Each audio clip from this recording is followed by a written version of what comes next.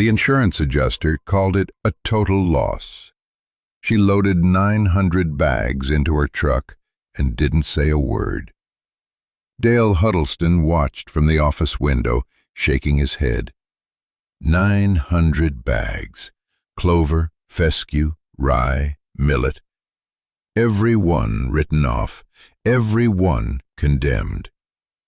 But she'd read the old man's, Clara's fingertip on the journal page, the pencil-drawn germination chart her grandfather Merle made in 1971, the year the creek took his bottom 40. Little squares filled with hatch marks, each one representing a seed lot he'd pulled from standing water and tested anyway. Dates running down the left margin in that tight, upright hand she'd know anywhere. Percentage signs on the right.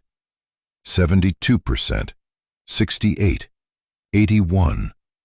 Numbers that said what nobody else believed, that wet seed isn't dead seed. She closes the leather-bound journal, the cover darkened almost black with age, held shut by a rubber band so thick it could anchor a tarp.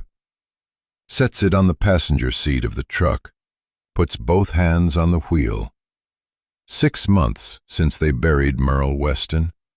6 months since the lawyer read the will and handed her the deed to 60 acres of heavy clay bottomland in Rowan County, Kentucky. Land that flooded 3 of the last 5 springs. Land the bank appraised at less than the cost of surveying it. The neighbors have a name for it. Drowned ground. They say it like a diagnosis, like the land caught something terminal, and there's nothing left to do but let it go back to scrub. Clara is 24 years old, slim and sinewy, 5'6", dark honey-blonde hair pulled back in a low ponytail, a few loose strands catching the morning light at her temples. Gray-green eyes that don't flinch. She's got the brass-capped soil thermometer clipped to the breast pocket of her olive-green canvas jacket, like other women might carry a pen. Her work boots are scuffed tan leather with copper eyelets, and they've already been wet today. She walked the bottomland at dawn, the way Merle taught her.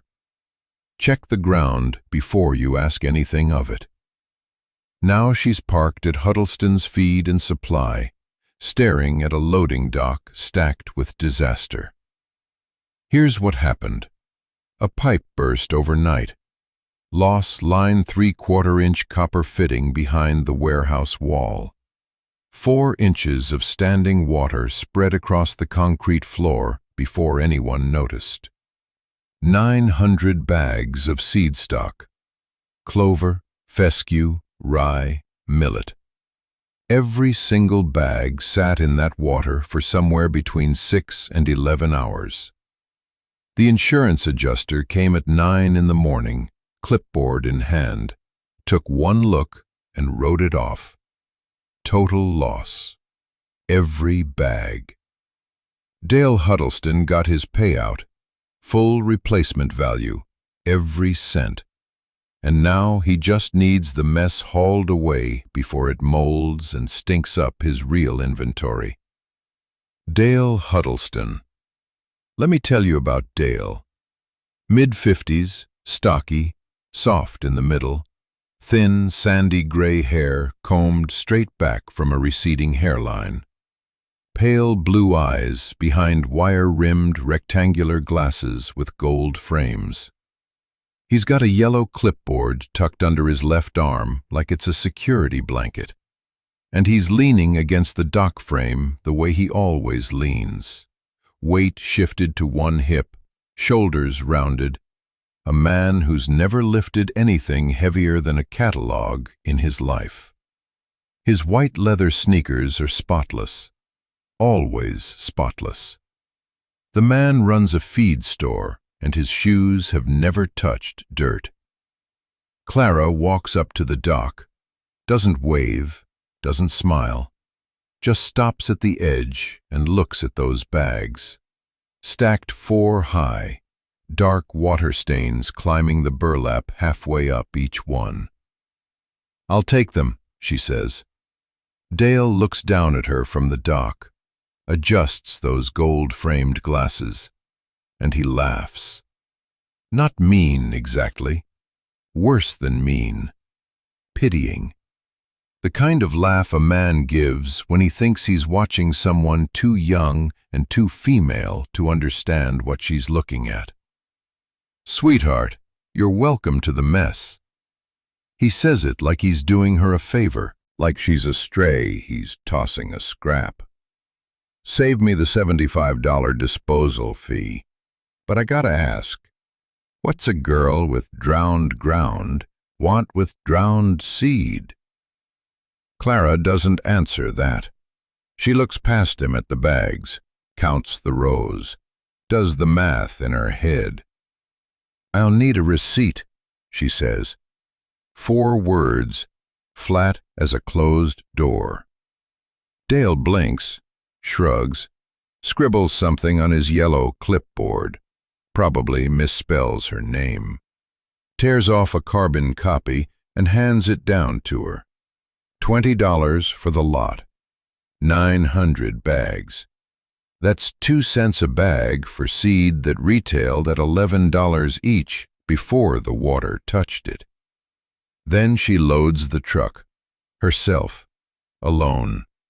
Bag by bag, each one 50 pounds of damp weight, burlap rough against her forearms where the pale freckles dust her skin.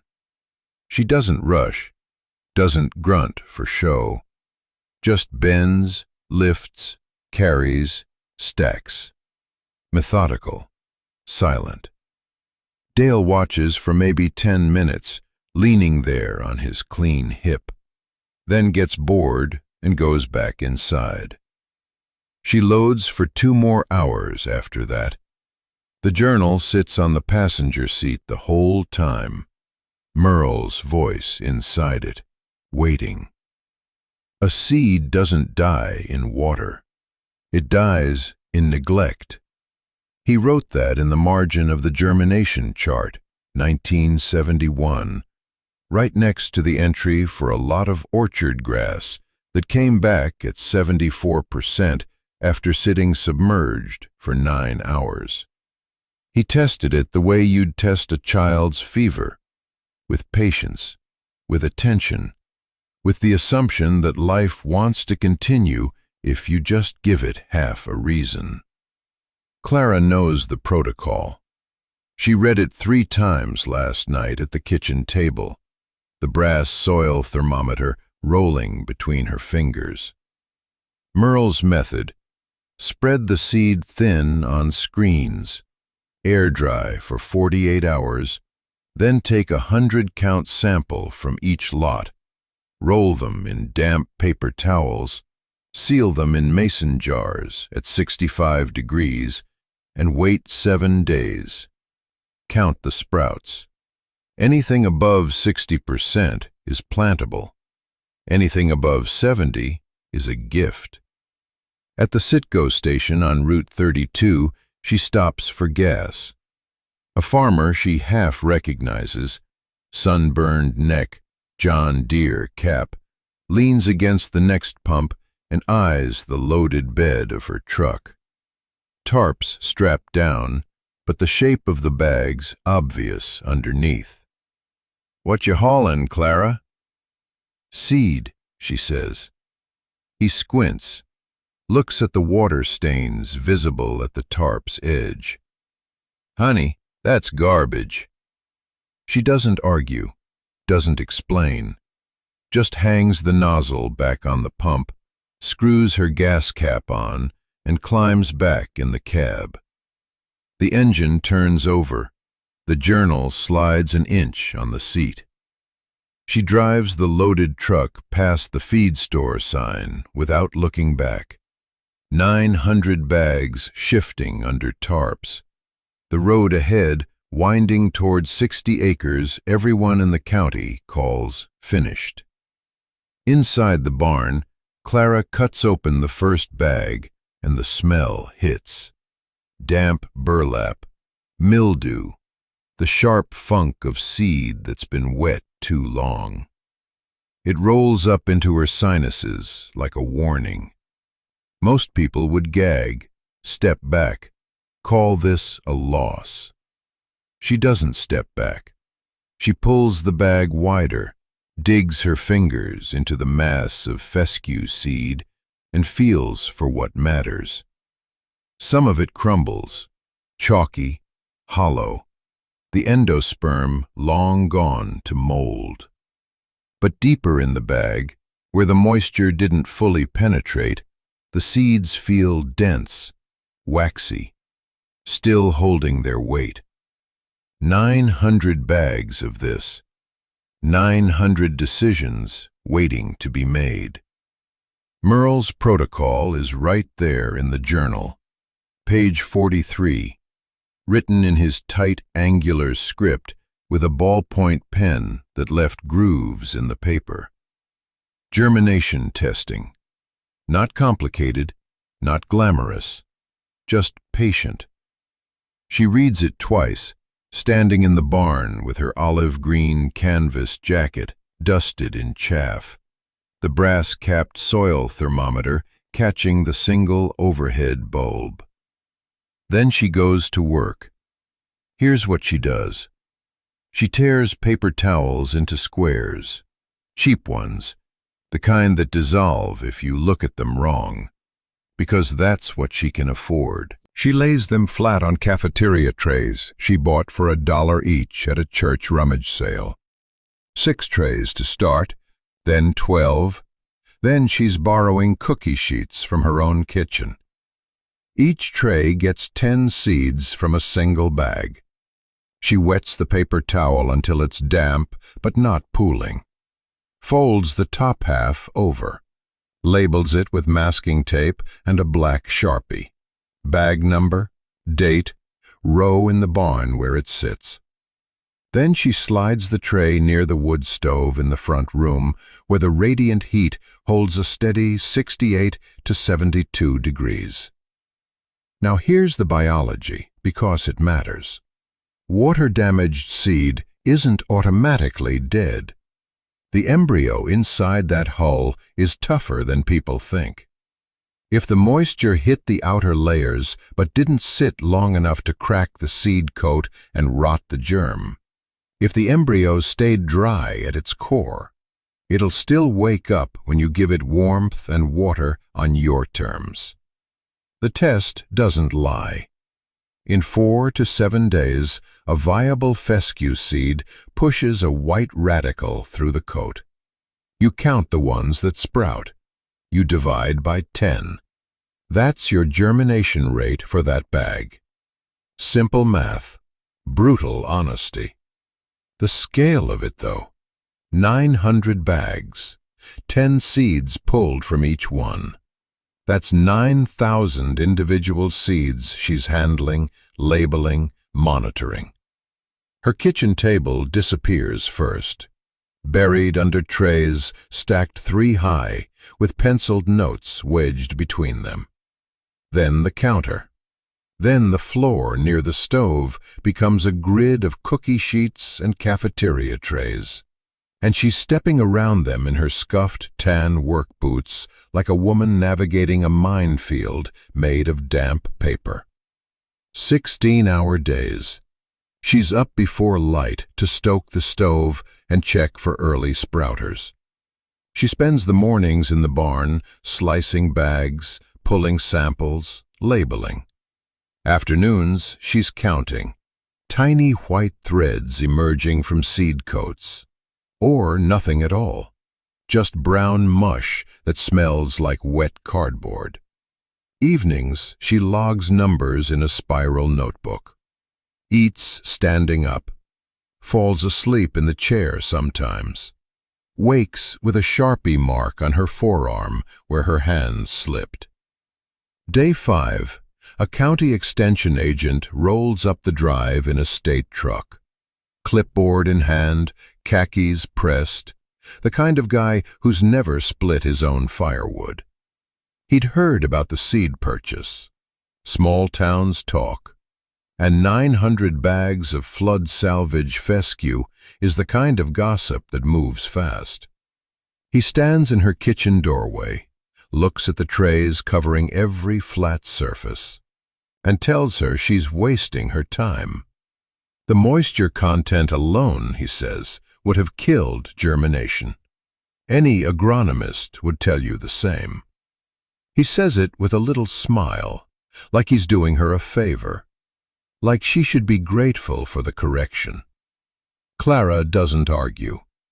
She walks to the tray nearest the stove, bag 217, day 6, and tilts it toward him. 7 out of 10 seeds have split their coats. 7 pale radicals reaching down into wet paper like fingers gripping earth that isn't there yet. 70% viability from a bag the world called garbage. He shrugs, leaves, doesn't apologize, doesn't adjust his clipboard notes, doesn't ask how she did it. Just gone, back down the gravel in his state truck, and the silence he leaves behind is better than any concession. She keeps counting.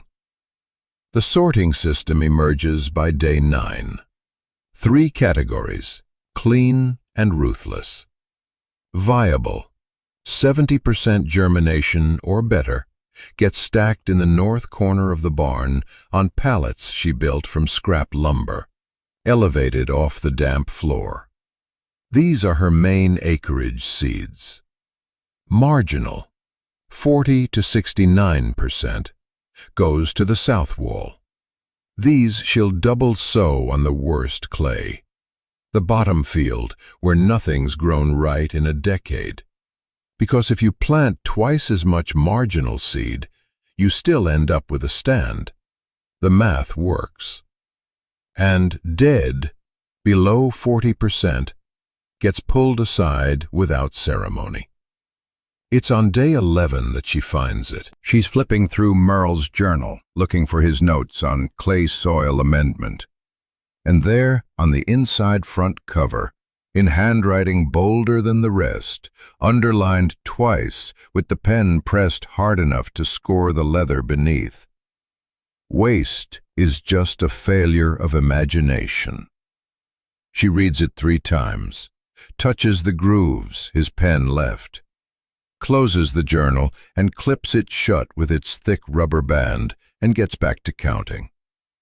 The 74 dead bags don't go to the dump. They don't rot in a corner. She hauls them to the worst quarter-acre of her bottom field, that pale ite clay that crumbles like light calcium powder, and splits each bag open with a box cutter, spreads the dead seed across the surface in a thin layer, maybe a quarter inch. It won't germinate, she knows that. But it's still organic matter. Carbon, nitrogen locked in those tiny embryos. Even failures feed the ground.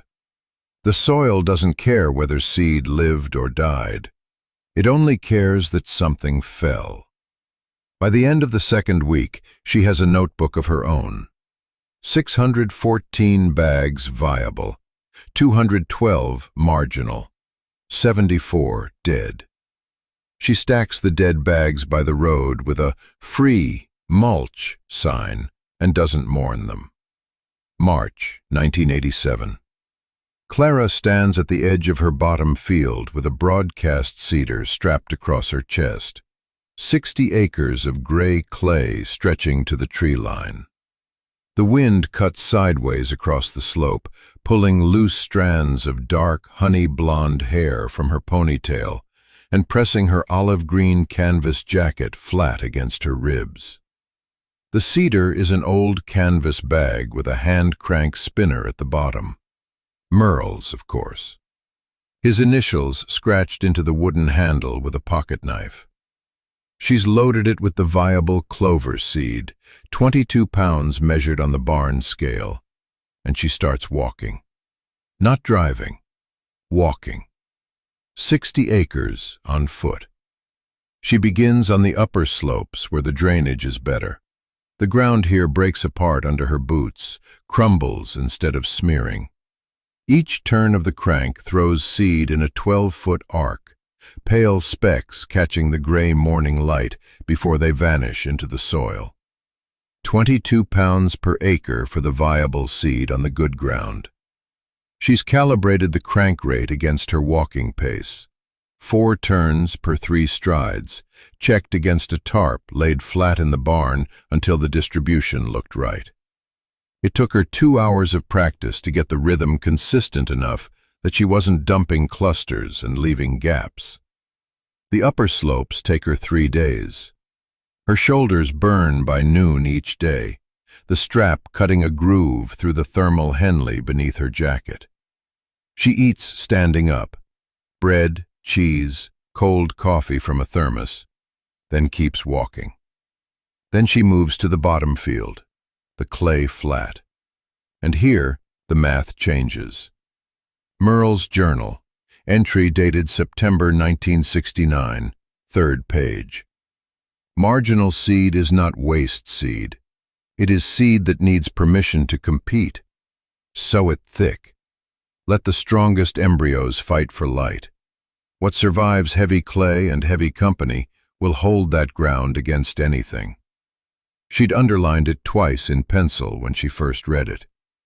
Now she loads the seeder with the marginal rye, 40 pounds per acre, nearly double the standard rate. The Extension Service recommends 18 to 22 for rye on decent ground. She's putting down 40 on the worst ground she owns. It looks insane.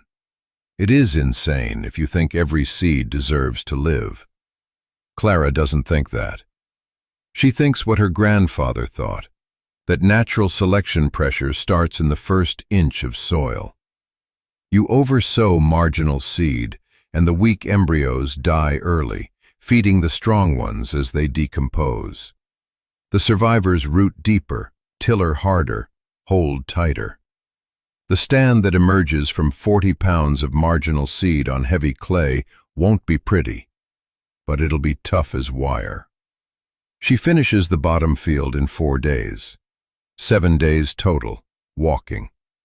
Her boots are caked gray to the ankle. The brass-capped soil thermometer, clipped to her breast pocket, reads 41 degrees. Every morning she checks.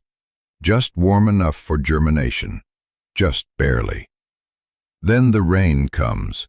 A 3-day soaker rolls in from the west on the second night after she finishes planting. Steady, heavy, relentless. The kind of rain that turns the bottom field into a shallow lake. 6 inches of standing water across the lowest 20 acres. Clara watches from the barn door, arms crossed, face expressionless. She can see the water from here, a flat mirror reflecting the gray sky, and she knows exactly what every neighbor within 5 miles is thinking. That fool girl just drowned her seed. Dale Huddleston says it out loud at the feed store the next morning. She hears it second-hand from the woman at the post office. Planted 60 acres of discount seed on flood clay, and God himself washed it away inside a week. That land needs tile drainage and lime, not some dead man's nursery rhymes. He said it leaning against his counter, yellow clipboard tucked under his arm, wire-rimmed glasses catching the fluorescent light. Smug as a cat with cream on its whiskers. Clara doesn't respond. She doesn't need to, because she chose fescue and rye for the bottom field precisely because they tolerate brief inundation. Merle's notes are specific. Fescue holds its breath. Rye swims. 3 days under won't kill either one. A week will. The water drains by day 4. The clay holds the moisture without releasing the seed. She walks the field in her boots, and the ground sucks at her soles, but the surface is intact. No wash channels, no erosion gullies. The seed is still there, swollen now, softening its coat, getting ready. 10 days after planting, the first green appears. Pale shoots, barely an inch tall, pushing through gray clay like whiskers through skin. Not uniform, patchy, ragged, thick in some rows where the crank threw heavy, bare in others where the wind caught the seed and carried it sideways. It looks bad. To an untrained eye, it looks like failure. A field with mange, half bald and struggling. Clara walks the rows at dawn with her soil thermometer pushed 4 inches into the ground. 44 degrees at root depth. She kneels, pinches a shoot between her thumb and forefinger, pulls gently. Resistance. The root is already 2 inches down, anchoring. She checks another and another. The shoots that came up are holding. The bare patches aren't dead, they're just slower. Different germination timing from the marginal seed, exactly as expected. She writes in her own notebook. Day 10. Emergence approximately 60% upper slopes, 35% bottom field. Root depth 1.5 to 2 inches where established. Bare patches consistent with variable germination window. No wash loss visible. Then the temperature drops. 2 weeks after planting, a late frost hits. The county wakes to white fields. Clara walks her rows at dawn and sees the damage. Curled leaves, blackened tips on the earliest fescue shoots. And for the first time, she isn't sure. April warms the clay, and Clara watches the thin stand do exactly what her grandfather promised. It thickens. Not overnight, not like magic, like biology. Like a plant doing what a plant does when you give it room and light and stop panicking about it. Here's what happens. Each surviving fescue shoot, the ones that made it through that frost with their crowns intact, the ones whose blackened leaf tips were cosmetic damage and nothing more, each one begins to tiller. You might not know that word. Tillering is the grass equivalent of branching, except it happens at the base. The plant sends out lateral shoots from the crown node, each one its own stem, its own set of leaves, its own root system threading down into the clay. One plant becomes 3. 3 becomes 7. The bare patches between surviving clumps? They're invitations. Open space means open light, and open light triggers tillering like a switch flipped in the plant's DNA. The grass doesn't need Clara to reseed. It needs her to stay out of the way. She measures. Mid-April, 2 weeks after that frost nearly broke her confidence, she walks the field with a yardstick and her grandfather's journal. Plant density has doubled without a single new seed dropped. Doubled. The stand that looked like failure 3 weeks ago now looks like intention. Deliberate spacing filling in from the edges, each clump reaching toward its neighbor like fingers closing into a fist. Clara's management during this phase is brutally simple. She keeps everything off the field. No cattle. She doesn't own cattle yet. This isn't a grazing operation. This is seed to hay, a crop grown to cut and bale and sell. The only thing she adds is nitrogen, and she adds it the way Merle's journal told her to. Composted manure, top-dressed by hand. There's a dairy operation 11 miles east. A man named Gentry who's been composting his herd's output in windrows behind the milking parlor for 2 years. Nobody buys it. Nobody wants it. Clara shows up with her grandfather's Ford and a shovel and asks what he charges. $8 a truckload.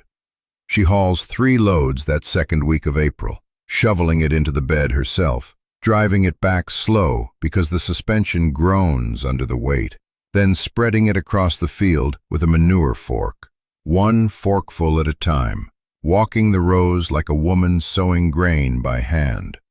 $24. Maybe 200 pounds of available nitrogen across the whole stand.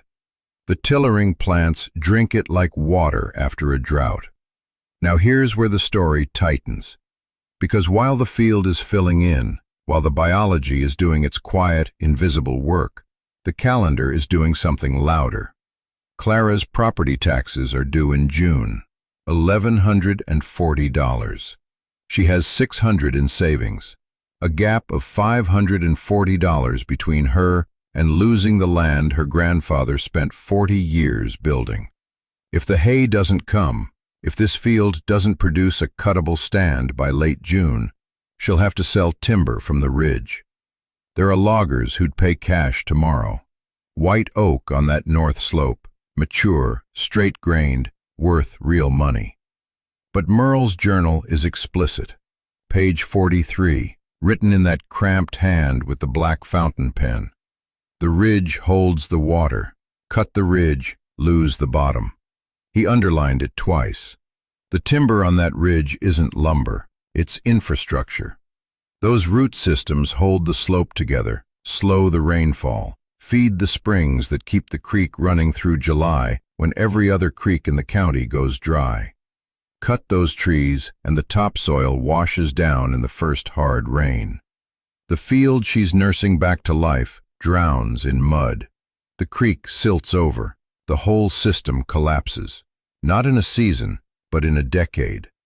A slow death instead of a fast one. $540. That's the gap between patience and ruin. Have you ever wagered everything on an idea no one else believed in? Not money, time. The kind of time you can't get back, burned into a field that might give you nothing. Every morning you walk out and measure and hope, and the world doesn't care about your hope.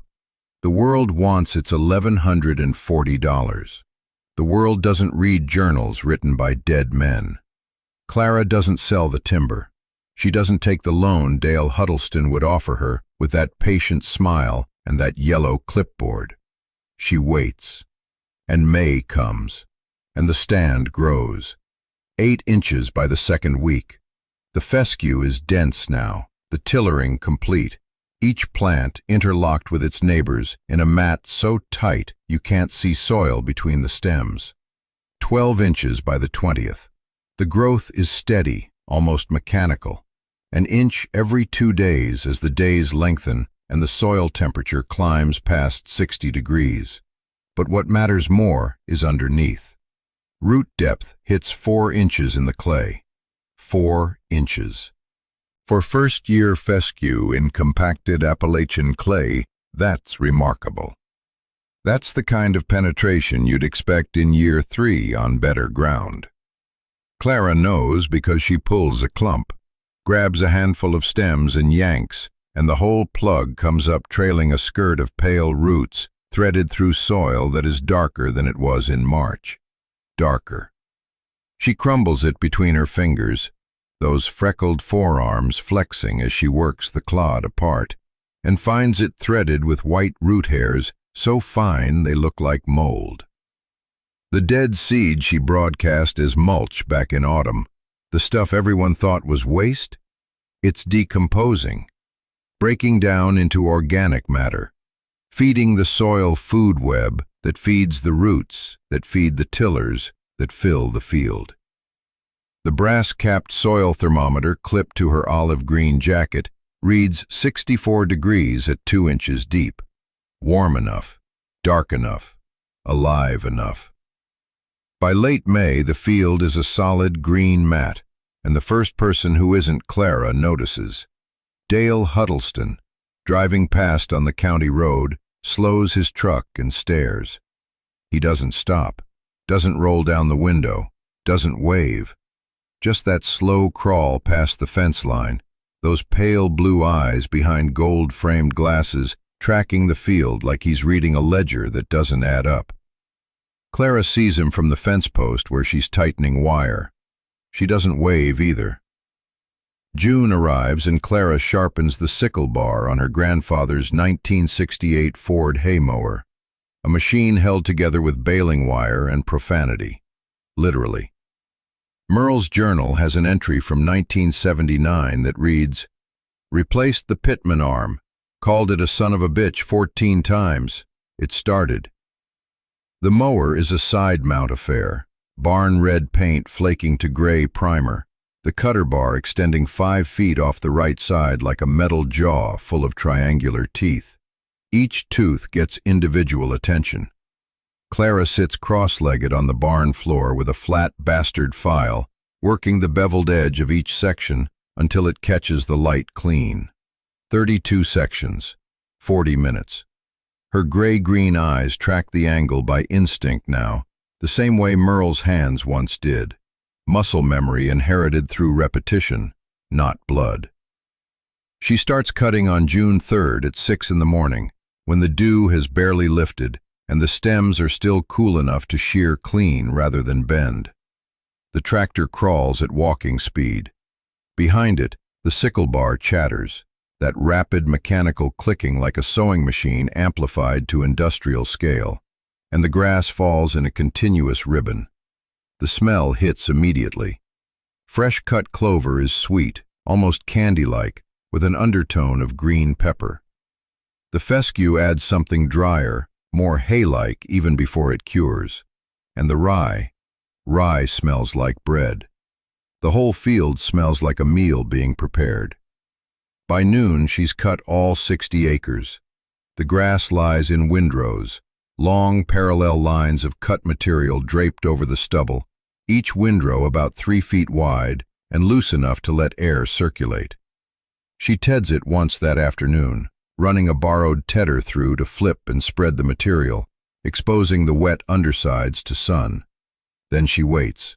2 dry days. That's all hay needs. 2 days of sun and wind to pull the moisture from 70% down to 15%. Too wet and it molds in the bale. Too dry and the leaves shatter off, taking the nutrition with them. Clara checks it the way Merle taught. She grabs a handful, twists it hard, and listens. If it crackles, it's ready. If it bends silent, give it another day. On June 5th, it crackles. She rakes the windrows tight with the side delivery rake, another museum piece but functional, and calls Paul Endicott 3 miles up the road. The deal is simple. Paul brings his round baler, Clara provides the fuel and the labor, and Paul takes 10 bales as payment.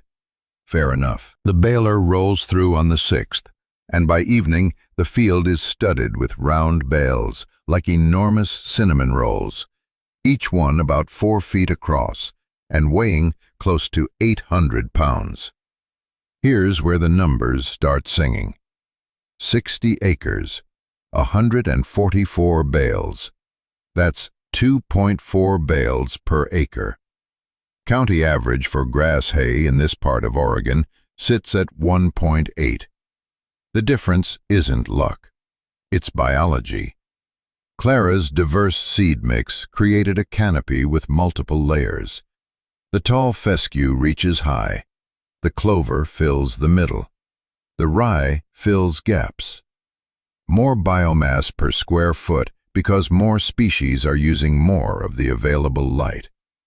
And the quality. She cuts open a bale to check. Fine-stemmed, leafy, the clover leaves still intact and green inside the cured exterior. Low moisture, no dust, no mold. This is not commodity hay. This is feed you could put in front of a $30,000 horse and feel good about it. She calls 3 livestock farms. The first 2, cattle operations, offer $3.50 per bale. Standard rate, take it or leave it. The third call goes to Ridgeline Equestrian, a horse farm in the next county. A woman named Jean Purcell answers. Clara describes the hay. Mixed grass clover, first cutting, tested at 14% moisture. Jean asks her to drop off a flake for analysis. Clara drives a single bale section over the next morning. 3 days later, Jean calls back. The clover content pushes the crude protein to 14%. well above the 10% typical of straight grass hay. Horse owners pay a premium for protein because it means less grain supplementation. Less grain means fewer colic episodes. Fewer colic episodes means fewer $1,000 vet bills. Jean offers $5.25 per bale for the entire lot. The math lands like a fist on a table.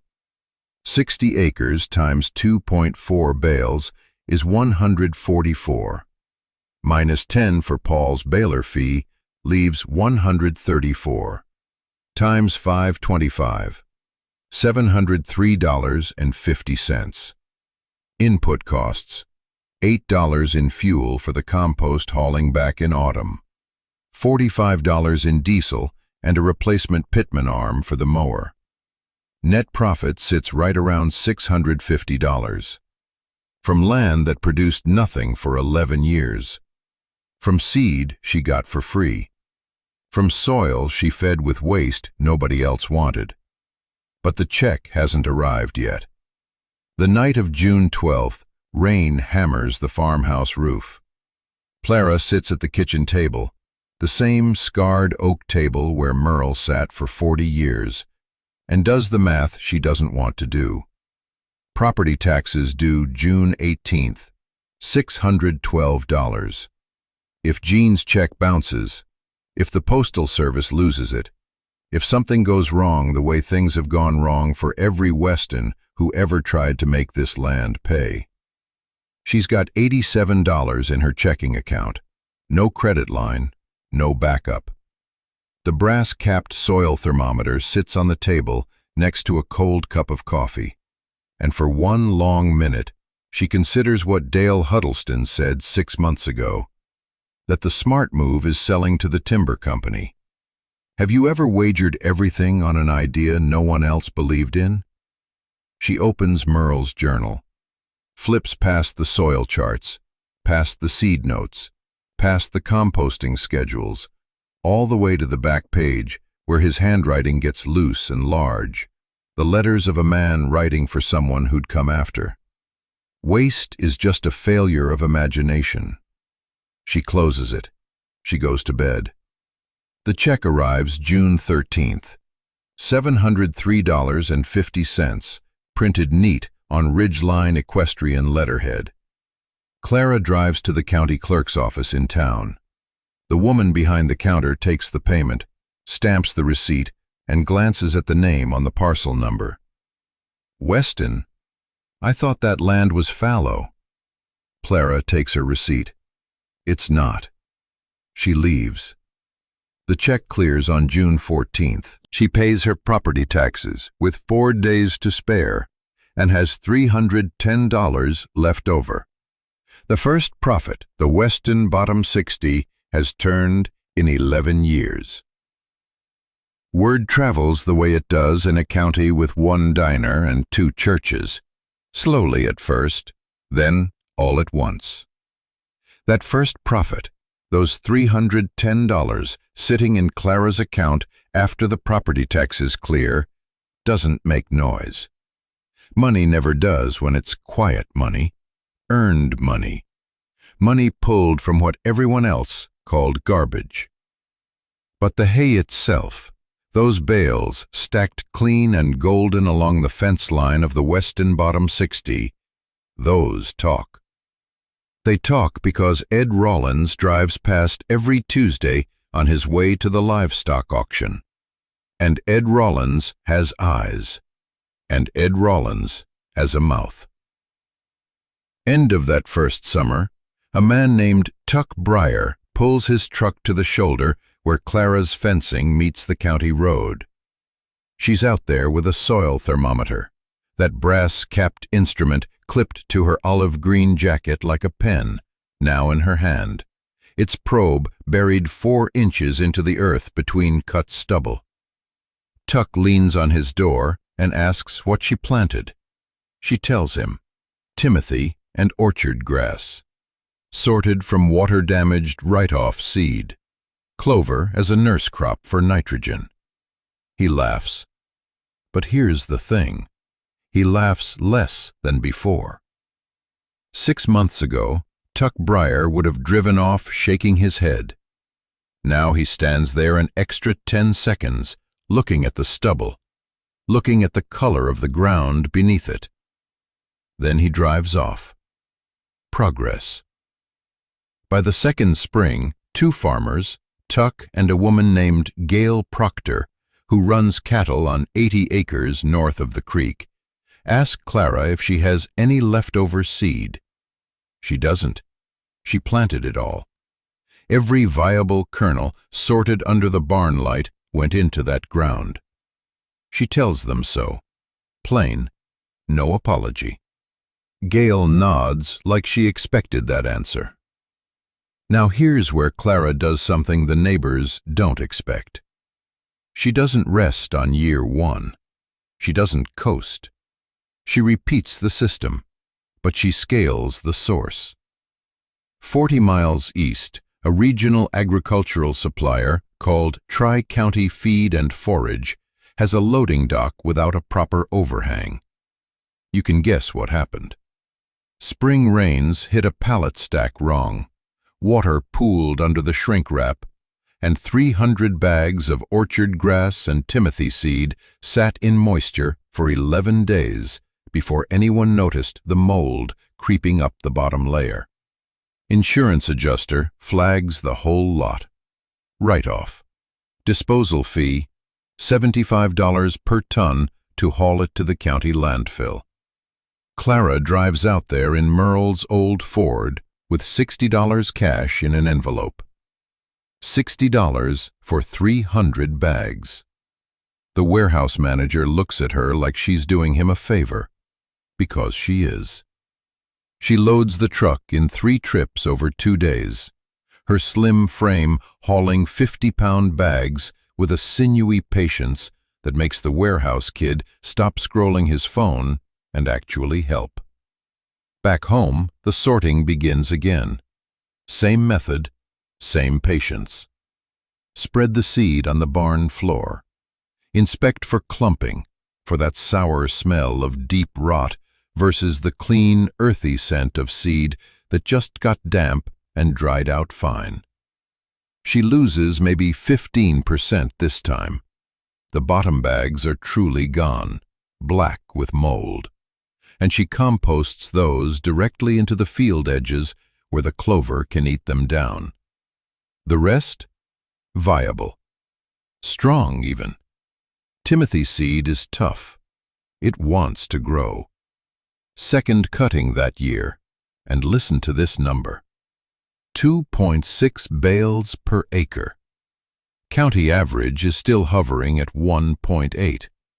Clara Weston is pulling nearly half again what her neighbors get, and she's spending a fraction of what they spend on inputs. No synthetic nitrogen, no herbicide. Just clover, patience, and seed the world called trash. The extension agent comes back. Same guy, different energy.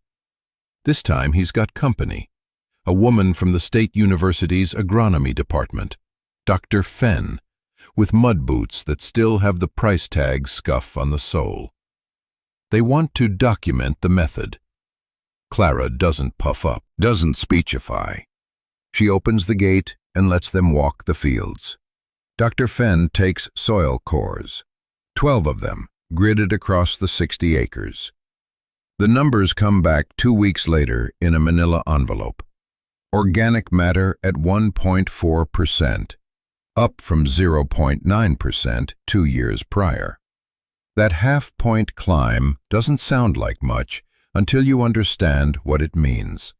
The dead seed mulch breaking down, the clover roots fixing atmospheric nitrogen at roughly 80 pounds per acre per season. The mycorrhizal networks threading through soil that used to be pale as ash and now crumbles dark between Clara's fingers. The land is eating. The land is waking up. Merle's words from a journal entry dated 1971. The land doesn't need a whip. It needs a meal. She was feeding it. Then, one Tuesday afternoon, a familiar stocky shape appears at her fence line. Dale Huddleston, wire-rimmed gold glasses catching the autumn light. Yellow clipboard tucked under his left arm, like always. White sneakers somehow still clean despite the gravel shoulder. He doesn't apologize. A man like Dale never will, not in words. But he shifts his weight to one hip, leans on her fence post, and asks a question. If I get another water claim, would you want first call? Have you ever watched a man who mocked you come back needing what you built? There's no sweetness in it, no victory lap. It's just physics, gravity pulling everything toward what works. Clara looks at him with those gray-green eyes, steady under straight, dark brows. Yes, she says, I'll need a receipt. They shake hands. No warmth, no grudge. Transaction. Dale walks back to his truck. Clara walks back to her field. Third year, the system scales. Clara manages her own 60 acres plus 20 more she leases from a neighbor, a man named Harwell who can't keep up with his payments and would rather rent to someone quiet than lose the land to auction. 80 acres total now, all running the same rotation. Clover nurse crop, sorted salvage seed, cut twice, soil building every season. Her reputation shifts. First, she was eccentric. Merle Weston's strange granddaughter playing in the dirt. Then she was quiet, just out there, not bothering anyone. Now she's the one who knows seed. People say it without irony. The one who knows seed. And Dale? Dale's store starts stocking her hay on consignment. 12 bales at a time on the back wall, tagged with her name. The fertilizer salesman, that smooth-shoed man who used to swing by Clara's place twice a season with his pitch about ammonium nitrate and yield curves. He stops coming. Not because anyone told him to, because she doesn't need him. His product solves a problem she no longer has. He's not defeated, he's irrelevant, which is worse. By the third autumn, Clara has contracts with 4 horse farms and a university forage program. And Dale Huddleston's new store policy reads, Water-damaged inventory. Consult C. Weston before disposal. 2014, 27 years later. Clara Weston is 51, silver threading through the honey-blonde ponytail, the soil thermometer still clipped to her jacket pocket. 160 acres now. Not because she bought them hungry, the way developers do, but because the land came to her the way lost dogs come home. One parcel at a time, each one a problem nobody else wanted to solve. The Haney Bottom 40 after the '03 flood. The Cutler Strip when the family couldn't pay taxes on waterlogged pasture. 20 acres of old tobacco ground so depleted the Extension Office literally used the word terminal in their report. Clara bought them all, fed them all, and now they're all dark. You want a number? Here's one.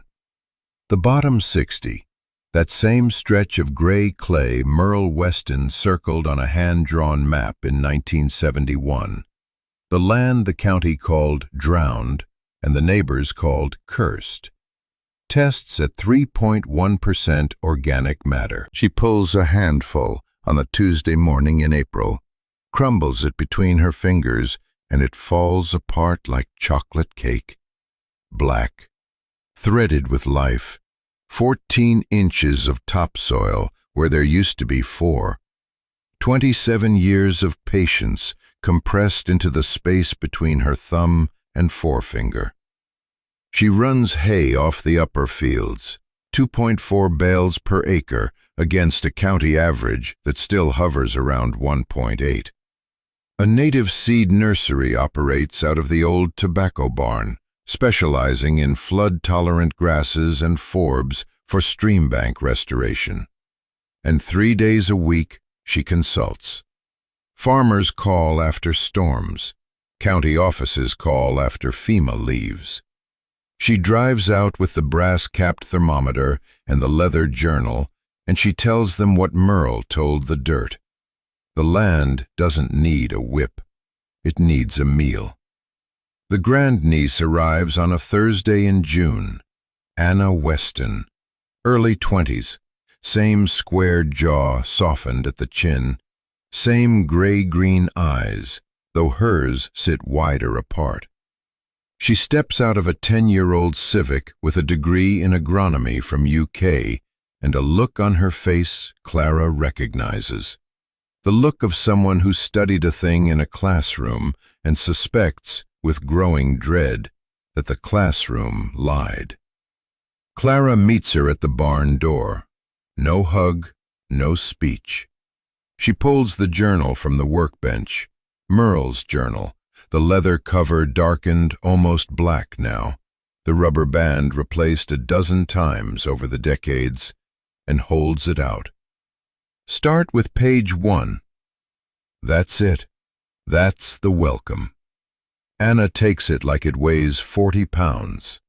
Maybe it does. She opens it that evening at the kitchen table, the same table where Clara once sat alone in a rainstorm, doubting everything. Page 1. Merle's handwriting, cramped and precise, ink faded to brown. Anna reads the first line aloud, testing the words in her mouth the way you test a footbridge before you trust it with your weight. Waste is just a failure of imagination. Clara nods from the doorway. The faded olive-green jacket hangs on its peg. The thermometer catches kitchen light. Your great-great-grandfather wrote that in 1971. I proved it in 1987. Now it's yours to test. Anna looks up. She doesn't understand yet. She will. Saturday morning, Clara walks her to the bottom field. The fescue stands knee-high, dense, moving in the wind like water. Clara bends, grips a clump at the base, and pulls. The root mass comes up trailing soil, black soil, alive, laced with white mycorrhizal threads so fine they looked like frost on dark glass. This was gray clay when I started, ash-colored, dead, wouldn't hold a seed, wouldn't hold water. The county said lime it, disc it, dose it with 4600 and pray. She lets the soil fall through her fingers, slow, almost ceremonial. I fed it instead. Took 14 years before it looked like this. Took 20 before it held through a 100-year flood without washing. Anna touches the mycorrhizal threads. They break at her fingertip like spider silk. Something shifts behind her eyes, the classroom receding, the real thing advancing. Here's what the county looks like now, if you're curious.